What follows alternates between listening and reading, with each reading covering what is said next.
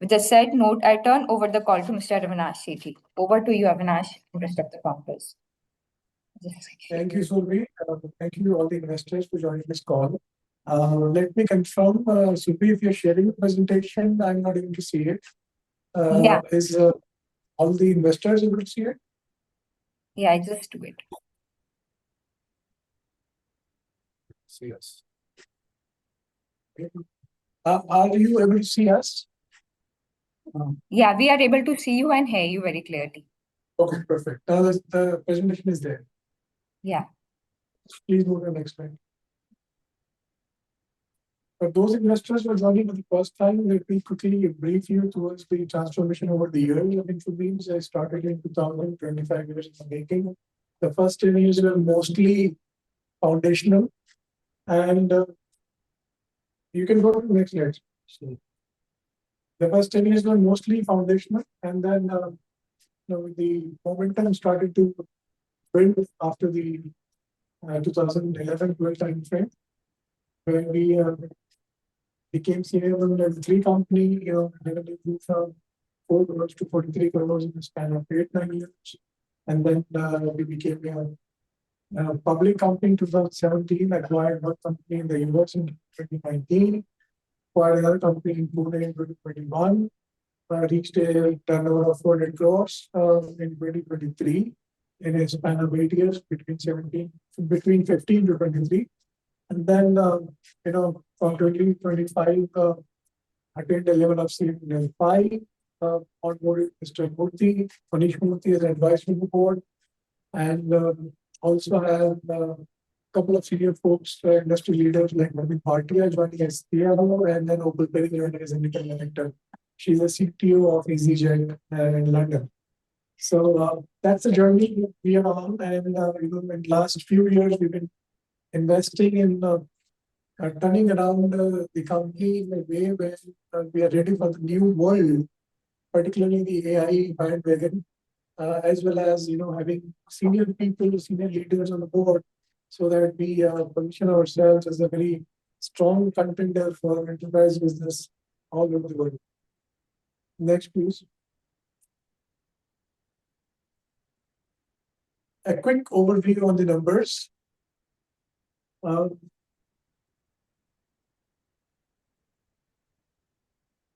The H1 financials, as that we can see here on the screen, is 254 crores, and EBITDA of 71 crores, a PAT of 46 crores, and a large amount of cash and cash equivalent in the business of 292 crores, which gives us a lot of financial strength.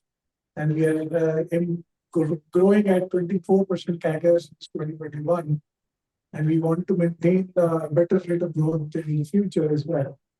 A lot of awards, particularly important award that we receive is the best companies for women in India and great companies to work for in India. I believe we've been enterprise heavy. We have always been focused on large enterprises as our customers. So if you look at it, we are still a micro cap company, but we have 42 large enterprise clients as our customers. And that is where we drive our strength and a lot of repeat business coming from these customers, which also testifies the fact that the customers like us and we are able to continue to generate repeat business from these customers. Next, please. These are the core set of services that we offer. Focus on AI-led engineering using a lot of tools around GenAI, Microsoft Copilot, Microsoft, etc. We also build in-house accelerators like Insona, which allows customers to adopt AI tools very, very fast. We also rely on 2 platforms, Salesforce and ServiceNow, to service our enterprise customers. Most of them have either both of them or one of these platforms implemented on their environment, and therefore we get a lot of opportunities in terms of consulting on and integration pieces for these platforms. As on an industry focus, we are aiming to focus on BFSI and manufacturing world as well as storage and virtualization side of the business, which we have a strong presence in already. Next, please. The core team, again, most of you must have seen this slide multiple times, but for the for the interest of newcomers on the call today, we are the three founders. All of us are here today. We are in San Francisco area when we are getting this call, and our accomplished board of directors include Opal Perry, as I talked about, mainly. She's a VP of Marketing at Healthy Foods America. And then Sumer Bahadur Singh, he is a president of Boarding School Association. Next, please.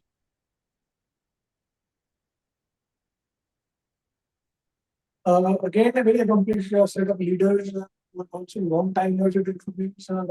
Ram Lakshmi, Gitanjali, Manish, Tarunata, and Harmeet. They are the ones who look at sales and the client success part of the business. Next. Very strong delivery and people side leadership. Amit Makija, Denise, Raja Gopal, Kanupriya, and Arpit Jain. These are the leaders at the bank for delivery and for people interactions. Next.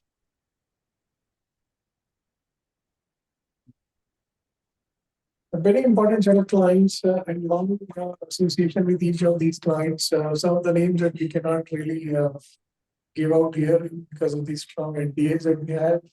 But if you look at IQVIA, which is a client for almost 12 years now, AIgrowth is a client for 20 years plus. Ford Motor is a very successful product company and a client with us for almost 10 years now. Next, please. Yeah, quick financial update on how this quarter is went. Good revenue growth of 27% YoY as compared to last September quarter. We delivered 130 crores of top line. EBITDA is also improved 57% from 23 crores to 36 crores. And PAT from 13 crores to 23 crores, a significant growth of 77% here. On a Q-on-Q basis, the revenue is increased by 5%. Let me also remind all of you that this 124 crores include 6 crores of employment retention credit given by the US government, which we applied in 2022 and received after 3 years. But that's increased our revenue as a part of other income. So we have a decent growth on Q-on-Q also if you don't include a one-time other income. EBITDA does not include that, so it's a good comparison from 30 to 36 crores of 20% growth here. And PAT is 24 crores to 23 crores, but as I said, it includes the ERC of 6 crores. So, in effect, it is 18 crores compared to 23 crores PAT on a quarter-on-quarter basis. On the USD side, if I look at the revenue growth in the USD terms, then we have grown our revenue by 20% year-on-year.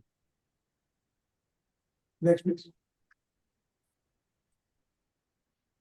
And most of these growth has come from our existing customers who are expanding, and we are generating a larger share of revenue wallet from these customers.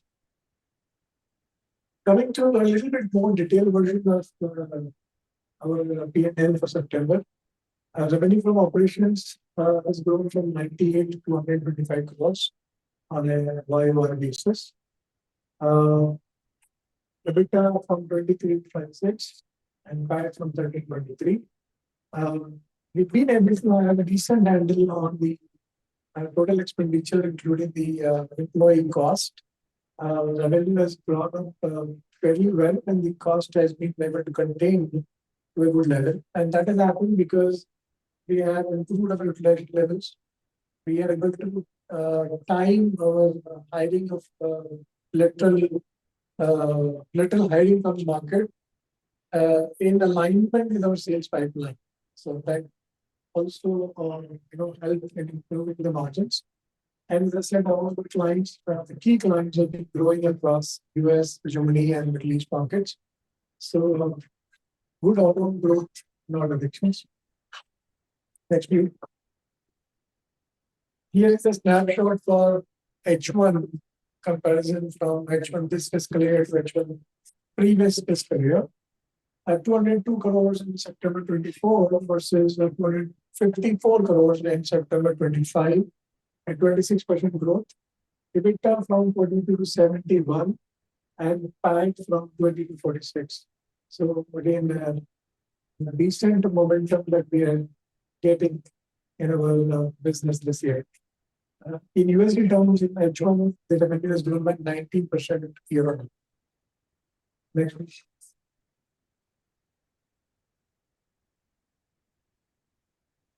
A detailed analysis of the balance sheet. Typically the non-current assets, the momentum is about, about minus.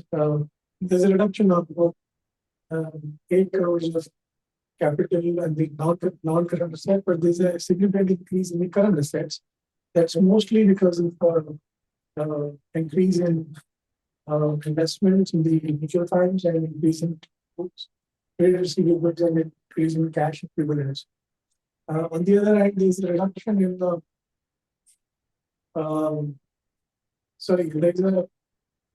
in the equity and liability side, there's an increase in profit of about 48 crores. Dividend paid is reduced from here, and buyback of shares around 10 crores that reduced profit.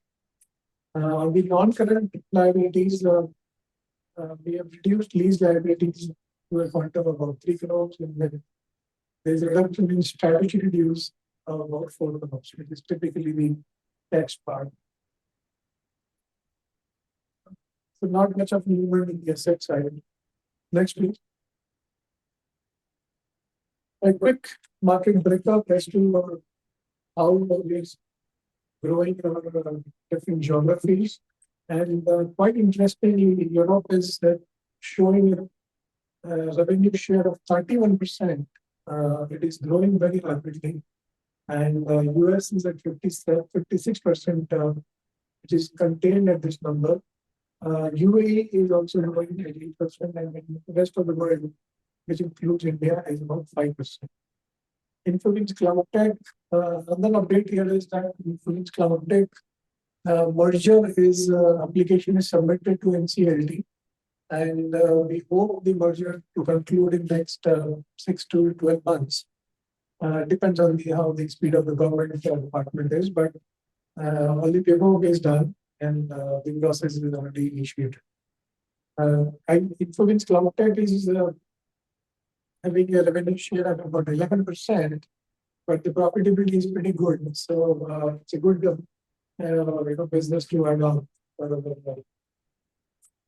It's a good Salesforce practice to add on the business. Next, please. Very happy and proud to say that we are named as best companies for women in India, and this is the 4th year in a row. And we're also honored as Asia's best employer brand for the 9th year in a row. So the conferences that we attend typically on the AI side. Next, please. And we are investing heavily on the AI and being attending and being present at a lot of AI events. We're also trying to partner with some AI startups so that we can serve customers better. So multiple such events that we have been attending. ServiceNow, again, a very important partner for us. We continue to assess slides. And so I think next. So we have been expanding our CSR effort in Pune also. There's a new center which was setting up 2 batches of students from Multibagger background to train them to become employable in a period of 1 year. And there are also 2 batches which got graduated from the program in Indore and Pune, which also are placed in software companies in both Indore and Pune. You want to take over and talk about the foundation for the new for joining for the first step. Yeah. So InfoBeans Foundation, again, people who are new to the meeting today, InfoBeans Foundation is a flagship program that we conduct as a part of our CSR activity. We started this in 2019, where it's a 1-year full-time course, which is free for underprivileged students, typically final year students of BSc, BCom, MCA, GCA, and degree courses. And we train them for 1 year on software programming languages and English as a communication language, so that they become employable in IT company. And we are so happy to tell all of you that we've been able to deliver a success rate of 90% for these students. Today, at this point in time, there are more than 200 students being simultaneously trained across 5 centers in Indore and Pune for under this program. So it's a very successful program when people are whose family income was less than 3.5 lakh rupees. There are students who have now been, after like 1 year of program and 2 or 3 years of service, they are at a level of 20-25 lakhs a year kind of salary. So very successful program, and that's how we are expanding every year. We started with just 20 students. Today we are training 200 plus students in a single year. So it's a very proud achievement, I would say, for InfoBeans Foundation, both in Indore and Pune. The other thing that we do, next slide, the other thing that we do is on the CSR front is to plant trees in cities where our offices are, so particularly Indore and Pune. And as an exercise, as a regular exercise, what we've done is for every team member's birthday, on their birthday, we plant a tree. And we also issue a certificate with the QR code, scanning which you can see the actual location of the tree and how it is taking shape over the years. So for this quarter, we planted 382 trees for our team members. Next, please. Again, a very important milestone on the sustainability side, which our European customers and American customers are demanding from us in every RFP, that where are your sustainability efforts? And with all the work that we do, and we've been doing over the years, we applied for this EcoVadis certification, and we are proud to say that we received a very good rating here. And they recognize us as a committed company towards environmental sustainability goals. And that is where, it's a good achievement that we have been able to secure. And our customers are happy to see these ratings from EcoVadis. Next, please. So next we talk about the market data as of 30th of September. Our share price was 472 rupees and the market cap was 1147 crores. The equity holding with the promoter group is about 74.4%. This is after the buyback. And the public holds about 25.6% shares. That's pretty much it for the presentation today. We can open up for question and answer. Over to you, Surbi. Thank you, Avinash.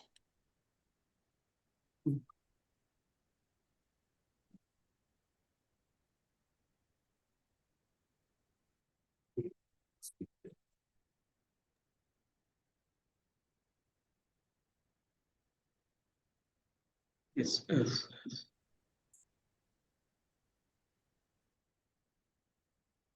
Good morning and thank you everyone for joining today's call. Participants are requested to please use raise hand feature to join the queue. And when it is your turn, please unmute yourself and proceed with your question. We further request participants to please limit your question to one at a time so that we can accommodate as many participants as possible. You can rejoin the queue for the follow-up questions and we'll be happy to address your questions if the time permits. Thank you for your cooperation. Let's proceed with the first question. So first question is coming from the line of Mr. Ankit Kumar. Ankit, please unmute yourself and proceed with your question, please.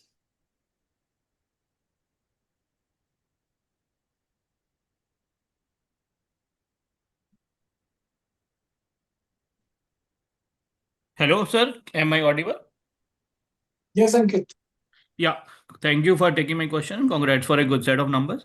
Sir, given we have such a strong annuity type of business, can you comment how are demand shaping up for Q3 and Q4, basically second half of this year? Sure, Ankit.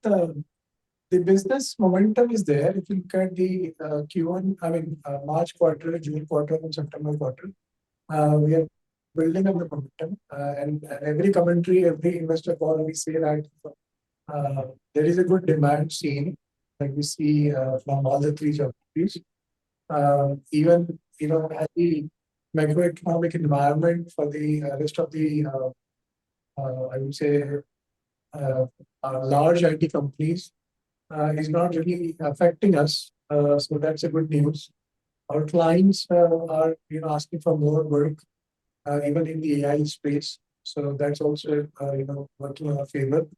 And we are able to build the momentum on the larger ones, the larger clients on the ServiceNow side, Salesforce side, as well as the digital transformation side. So I think it is going well for us. Plus, as I mentioned earlier, the utilization levels are also in good shape, which is also helping us.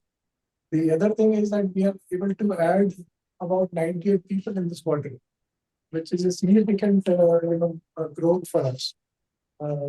Last quarter we had a reduction in headcount, but now we are also able to attract a good number of talent in time to be able to service our clients. So I think the momentum is good.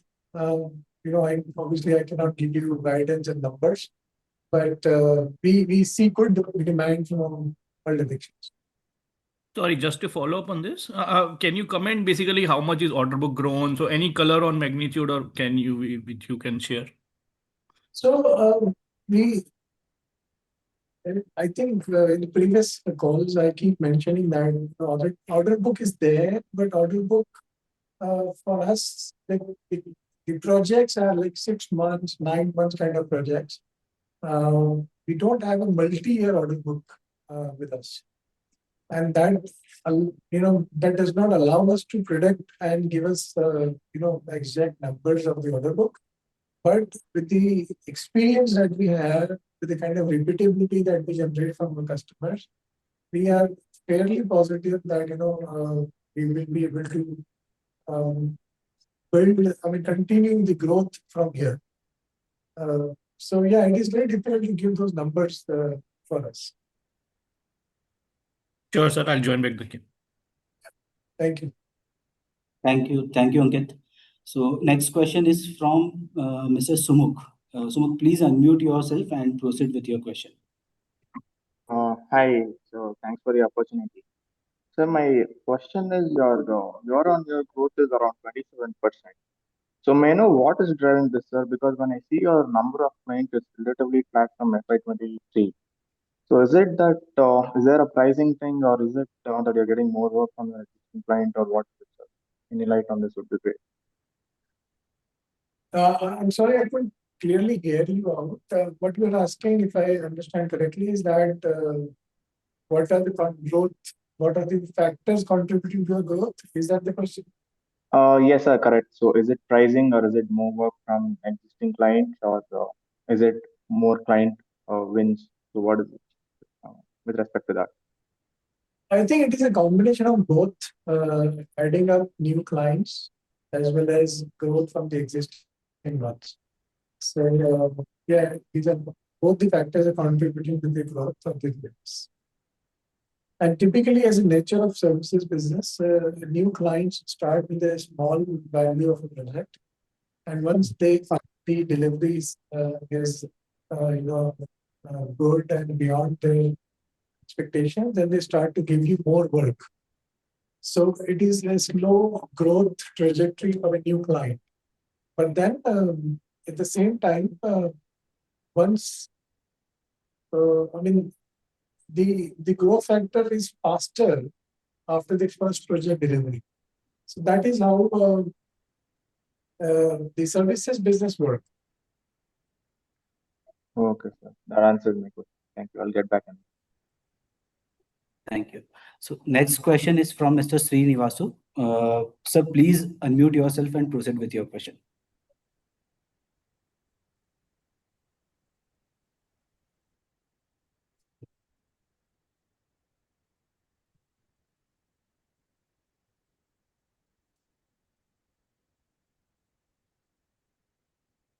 Hello.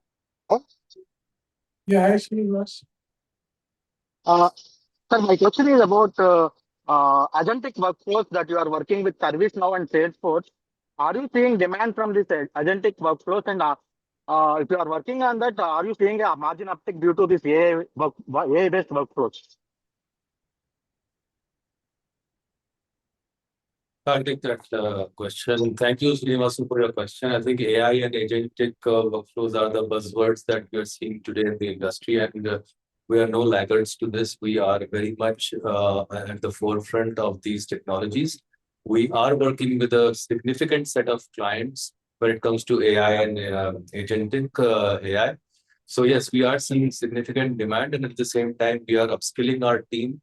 We are investing in these technologies. We have hired people who have significant experience in this, and we are delivering solutions to our clients, including but not limited to POCs, accelerators, and of course, end use cases. So yeah, this is a very exciting field, a very upcoming field, and we are very much part of this thing. In fact, we have taken this opportunity over the last 2 or 3 quarters to completely pivot our positioning in the market as an AI-first organization.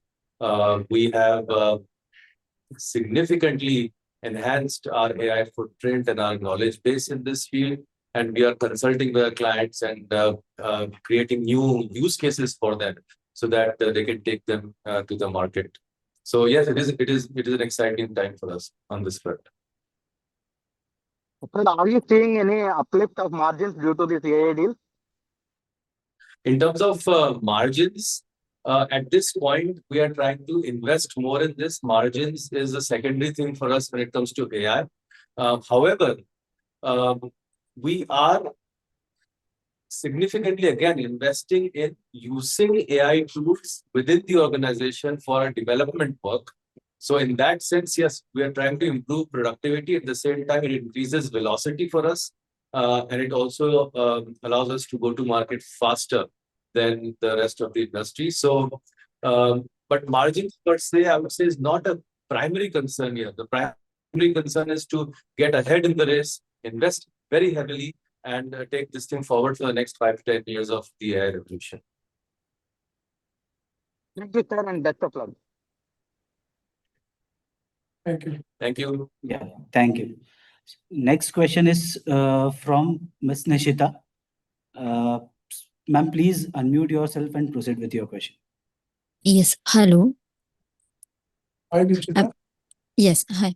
So I just had one question. How many new clients have we onboarded? You mentioned that addition of new clients was also a growth driver for the revenue in this quarter. So how many new clients have we onboarded? On an average, we've been adding about six every quarter. So last quarter also we had 6, and this quarter also we had 6. Out of that, I think both of these probably had 3 large ones, each of the quarters. So, out of those 12 new customers in the last 6 months, we had about 6 large customers. I think what is important to us as a company is, are we able to get larger accounts? One. Second is that once we have those accounts, can we expand into those accounts at a faster pace and increase our wallet share of their IT spend? So that is our focus. Yeah, I think we are going in the right direction at this point in time. Okay, so do we plan to keep to this run rate of adding 6 clients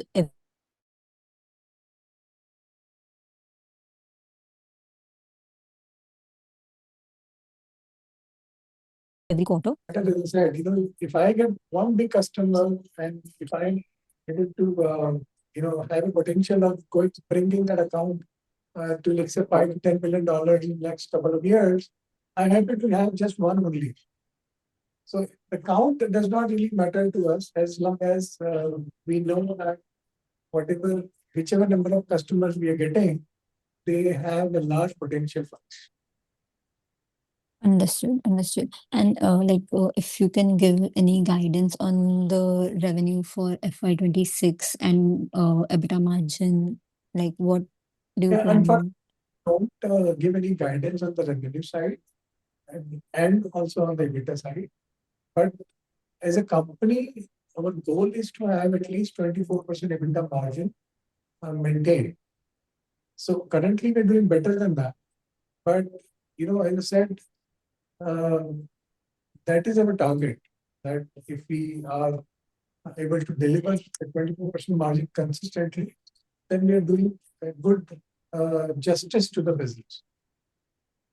Okay, understood. And just last question, it's just a clarification. You mentioned that you've added 90 employees. Did I hear that correct? Yes, 98 in the last quarter. In the past quarter, in Q1, in Q2, we added 98 employees. After September, we added 98. Sorry, actually, your voice is breaking.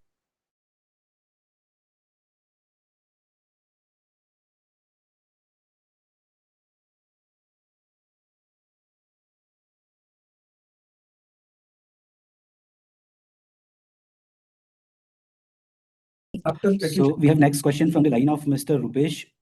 So please unmute yourself and proceed with your question. Yeah, thank you. Thank you for opportunity. And it's good to see all three of you together. I have got a few questions. Most of them are short. I'll quickly ask them. So what is the utilization level, Avinash, in this quarter? That is question number one. And the broad... 81%, Rupesh. Sorry?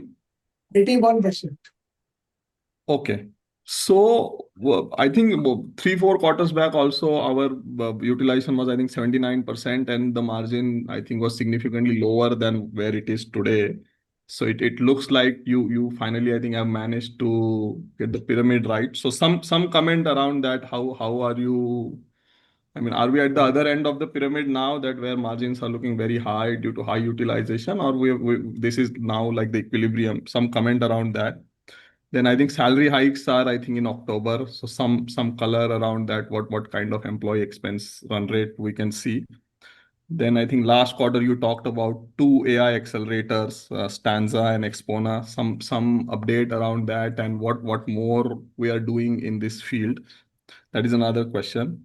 Then I think Europe has grown very well. I think Europe was 28% in Q1 and now it is 31% in Q2.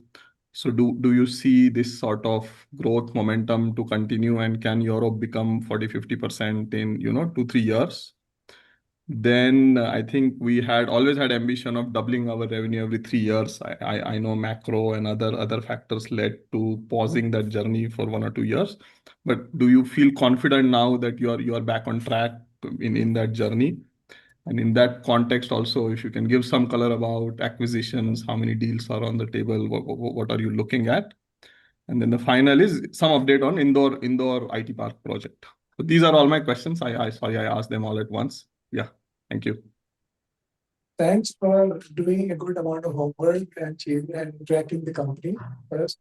Second is, with all these questions, I will invite you to Indore so that we have a one-on-one discussion. And I'm assuming all of these answers will take more than an hour. Sure. A big picture here that yes, the momentum is good. Yes, the goal continues to be grow at a faster pace with a combination of organic and inorganic means. Yes, we're doing better in terms of margins. The utilization levels are improving. But it is not just only utilization level. It is also a factor of revenue growth. I think we talked about in the past, maybe 3 quarters ago, that there is a certain threshold amount of expenses that you have to make in order to run the ship, and any income beyond that adds up significantly to the profits. So I think we are now crossing that number fairly well, because if you notice, the 100 crore revenue was just meeting the threshold of the business for the most part. Any significant growth from there is adding up to the bottom line directly. So obviously, it's not just only the optimization. It is more than that. It is good revenue growth in the client, expansion into clients, and a lot of other things. I think we've talked about it in the past also. So having said that, yes, we've been able to break the stigma of the 100 crore quarter and quarter. We have also done a lot of strategic changes in the business. We've sharpened our focus. We are investing heavily in the sales side for a larger organic growth. We have also been able to pass on a lot of the cost to the customers. Yes, there is a pressure of appraisals every year. And appraisals actually have been in effect now from October 1st onwards. And the overall impact to the cost would be about, to the employee cost would be about 11 to 12% on the employee cost side. So yeah, that is there. As I said, sales expenses are also there because we are hiring, aggressively in all the markets, German and US, North American market, German market, and the Middle Eastern market, which is also resulting in revenue growth. So it's a environment where we continue to invest in sales. We see good momentum. We're able to break the hurdles that a larger market, the macroeconomic situation, macroeconomic situation is creating worldwide. So we are able to counter that well. So having said that, I'm very positive that we should be able to maintain our EBITDA margins and maintain our growth rates and the revenue side. Yeah, how about AI accelerators, acquisitions? Yeah, in the project, yeah, maybe some of them you can just quickly touch. Yeah. Are you able to see me okay? Hear me okay? Yeah. Okay, perfect. See, one of the things, and Siddharth touched on this earlier, when it comes to AI, one of the biggest advantage that we carry is our strong presence in the Silicon Valley. We are very close to where cutting edge innovation is happening. And again, just to add a little bit of a color to that, AI has gone beyond your regular large language models or LLMs or ChatGPT that you often hear about. There is a lot of movement towards context-aware AI. Our team is already starting to work in that direction where we start to integrate not just the text, but also the imagery, which includes both the pictures and the videos, and also the audios. Now, between voice, picture, imagery, and text, that's what creates a larger context sensitivity within AI. For us to be able to do the research today, do the pilots today, and be able to offer customer solutions tomorrow, that's sort of the pattern that we have been following. Again, you appear to be someone who's very knowledgeable in the AI space. RAG, you might have heard of, retrieval augmented search.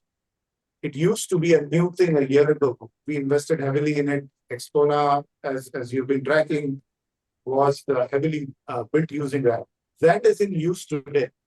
But we know that that's going to become a hygiene technology tomorrow.